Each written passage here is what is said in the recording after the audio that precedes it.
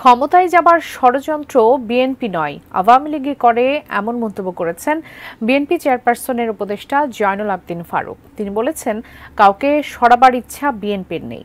সকালে জাতীয় প্রেসক্লাবের সামনে দলের বন্দী নেতাকর্মীদের মুক্তির দাবিতে বিক্ষোভ সমাবেশের আয়োজন করে স্বাধীনতা অধিকার আন্দোলন।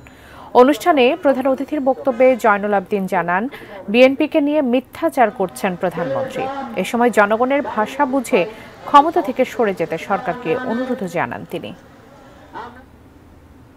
পবিত্র সরকারি প্রশাসনকে ব্যবহার করে মার্কা নির্বাচনের প্রধানমন্ত্রী এবং শুভেচ্ছা জানাচ্ছি।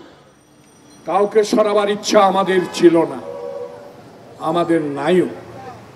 অতীতের ইতিহাস কথা বলে, ক্ষমতা থাকলে বড় কথা বলা যায়, ক্ষমতা থাকলে গ্রেফতার করা যায়, ক্ষমতা থাকলে বিনা কারণে খালেদা জিয়াকে জেলে রাখা যায়।